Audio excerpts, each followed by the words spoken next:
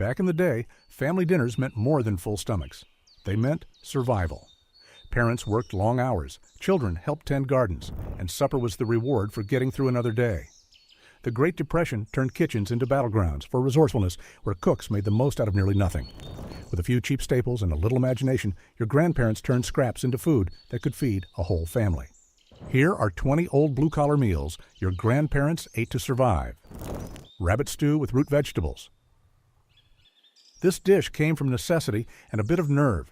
Rabbits were everywhere, and if you could catch one, you could eat. Your grandparents knew exactly how to turn that scrawny bit of game into something rich.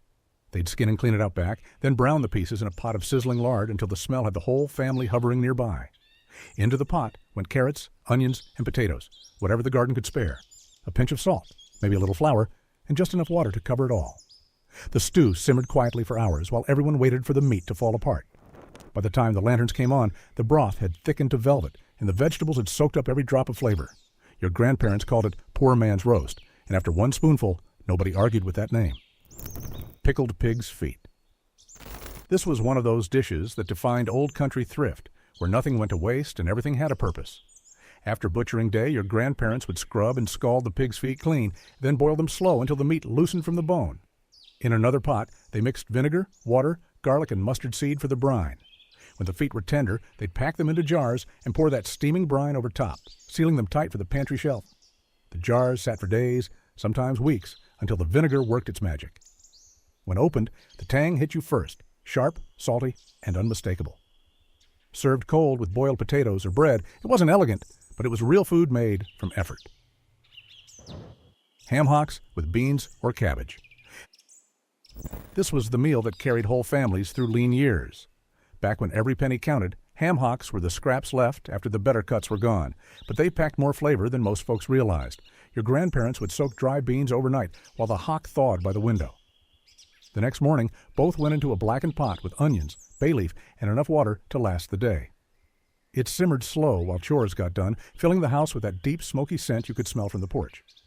If cabbage was handy, they'd chop it in halfway through to sweeten the broth. By sundown, the meat slid off the bone and the beans turned creamy. They'd ladle it into tin bowls, sometimes with cornbread crumbled right on top. Meatloaf, hot or cold sandwich style. Every working family had a version of this, and none of them followed a written recipe. Meatloaf was a week's worth of meals in one pan. Your grandparents stretched a single pound of ground beef like magic, mixing in rolled oats, stale breadcrumbs, or even mashed potatoes to make it go further. A beaten egg, a splash of milk, and a dollop of ketchup tied it all together. They'd shape it by hand, slap it into a dented pan, and bake it until the kitchen filled with that savory, sweet smell of caramelized sauce. Supper meant thick slices with boiled carrots or green beans, and the next morning meant cold slabs tucked between white bread with mustard for the lunch pail. When payday was late or groceries were low, your grandparents could still pull this together from scraps and keep everyone fed for days. Chicken livers and rice. This was the supper that didn't cost much, but looked like it did. Your grandparents always had a small paper bag of livers in the icebox, cheap, iron-rich, and easy to find when better cuts were out of reach. They'd rinse them clean, pat them dry, and toss them in a skillet with bacon grease left from breakfast. The sizzle came quick, and the kitchen filled with that earthy smell that only livers can give. Onions went in next, then a handful of diced green peppers for sweetness. Once browned, a splash of water or broth turned the pan into a bubbling gravy. Meanwhile, rice cooked soft in the back pot, waiting to soak up every drop. When plated together, it looked fit for company. They made it often because it didn't waste a thing, and it gave strength enough to face another long morning in the fields or factory. Stuffed bell peppers with ground beef and rice. In kitchens where nothing got thrown out, this dish was the clever answer to leftovers. Bell peppers weren't everyday groceries, so when your grandparents found them cheap at the market, they'd plan a whole meal around them. The tops were sliced off, seeds scooped out, and each hollow pepper became a little green bowl. Into a big mixing bowl went ground beef, leftover rice, chopped onion, and a spoonful of tomato paste or ketchup, whatever was on hand. They'd season it with salt and pepper, pack the peppers tight, and set them upright in a battered baking dish. A splash of water or broth went in the bottom, then it baked low and slow until the peppers softened and the filling turned savory and steaming. The smell could drift halfway down the street. When it came out of the oven, the sauce was ladled over top, thick and red. Your grandparents called it company food on a poor man's dime, and somehow that made it taste even better. Oxtail Stew. Oxtails were once the cheapest thing you could buy at a butcher, which made this dish a favorite for families who had more mouths than money. Your grandparents liked it because it didn't need babysitting. It cooked itself while they worked or tended the yard. They'd sear the oxtails first in a deep, heavy pot until every side browned, then add onions, carrots, and barley to soak up the drippings. Water or broth went over it all, and the lid stayed on for hours while the stew thickened on its own. By the time supper rolled around, the meat was sliding off the bone and the broth had turned silky and rich. It was a full meal in one pot. No extra sides, no wasted heat, no second batch of dishes to scrub. Folks swore that nothing beat the smell of oxtail stew on a cold evening. It was the kind of food that filled both the house and the bellies without costing more than a few coins. Breaded veal cutlets with mashed potatoes. This was a payday dinner, meant for nights when the week's work had finally been cashed in. Folks loved it because veal cooked quick, used a little fuel, and looked fancier than it was. Thin slices were dipped into flour, egg, and breadcrumbs, then fried in a bit of butter until golden brown. While the cutlets crisped, potatoes boiled quietly on the back burner, softening for the mash that completed the plate.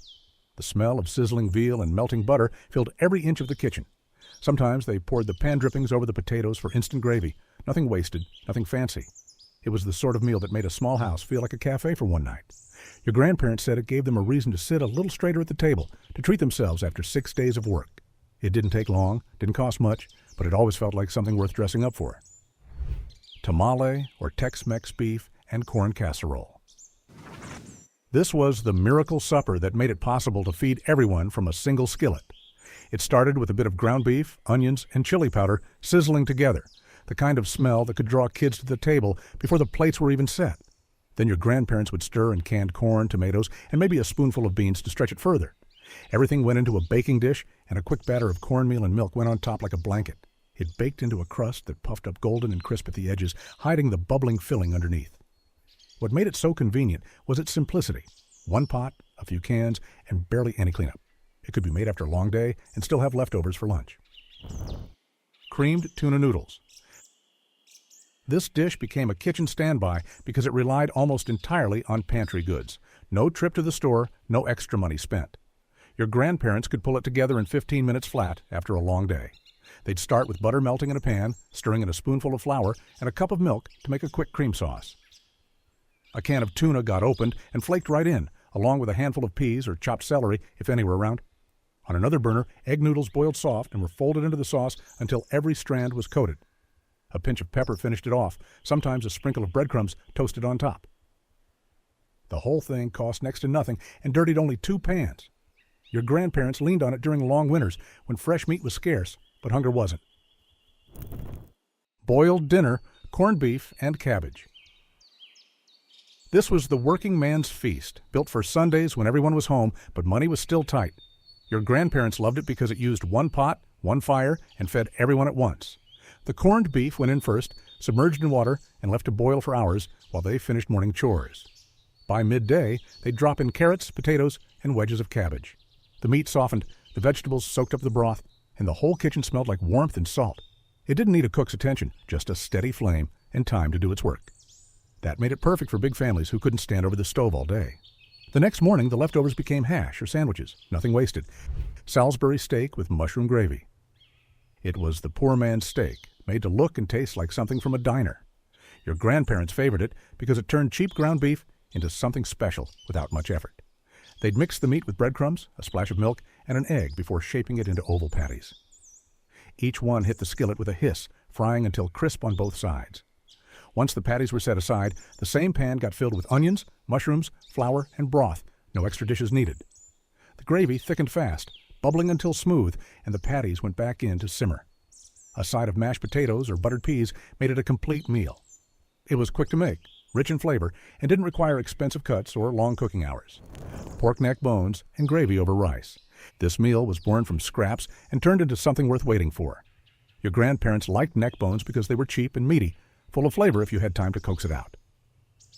After a long morning, they'd rinse the bones, dust them with salt and flour, and brown them in a big iron pot until the edges crackled. Once they added water, onions, and maybe a pinch of pepper, the whole kitchen smelled like Sunday supper. It simmered for hours while everyone went about their chores, thickening into a gravy so rich it could make plain rice taste like luxury. The bones went tender enough to pull apart with a fork, and the sauce clung to everything it touched. What made this dish convenient was its simplicity: one pot, cheap meat, and a slow stove that worked while you didn't. beef heart stew. This was the kind of dish that proved how far determination could stretch a dollar. Butchers nearly gave beef hearts away, which made it a smart buy for large families. Your grandparents would trim away the tough parts, cube the rest, and brown it in a deep pot with onions and bacon fat until the air smelled smoky and rich. Once the meat was sealed, they'd pour in water, throw in potatoes, carrots, and parsnips, then let it bubble for hours. The heart turned tender and the broth darkened until it glistened like gravy.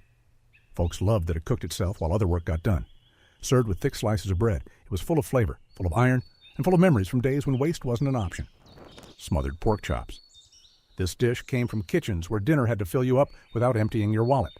Pork chops were affordable, quick, and needed little to become something special. Your grandparents would season them with salt and pepper, then drop them into a skillet of hot grease until both sides turned crisp and brown. They'd pull the chops out, add onions to the same pan, and scrape up every brown bit with a spoon of flour and water. That turned into thick, creamy gravy, the kind that clung to everything. The chops went back into simmer until fork tender, soaking up all that flavor. It was easy to make after a long work day and used just one pan, which mattered when fuel and time were short. A scoop of rice or mashed potatoes on the side turned it into a full meal. Macaroni and tomatoes with bacon drippings. This was the 5-minute supper that showed up when the pantry looked empty, but no one was ready to admit defeat. It cooked fast, fed everyone, and only needed 3 things: macaroni, canned tomatoes, and a spoonful of bacon grease saved from breakfast.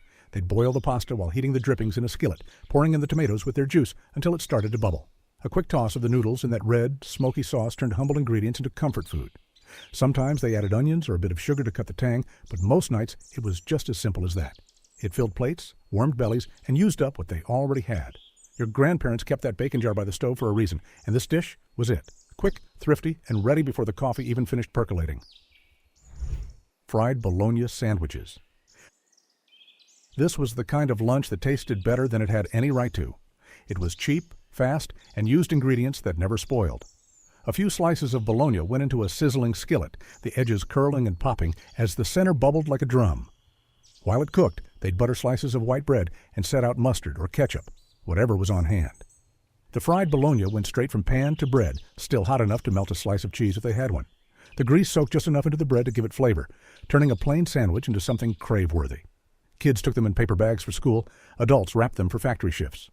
It was fuel, plain and simple, made from pantry scraps. Your grandparents always said you could tell how hard times were by how often fried bologna hit the table, and somehow no one ever complained.